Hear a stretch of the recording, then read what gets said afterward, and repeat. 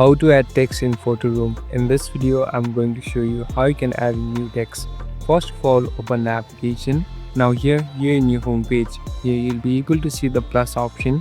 Simply tap on this plus option. Here, import the video or image that you want to edit. Here, I have imported one. And now, simply you can remove the background.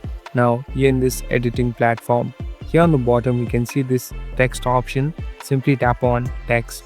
Here you can enter any text you like. Here you can see even font style that you can edit with.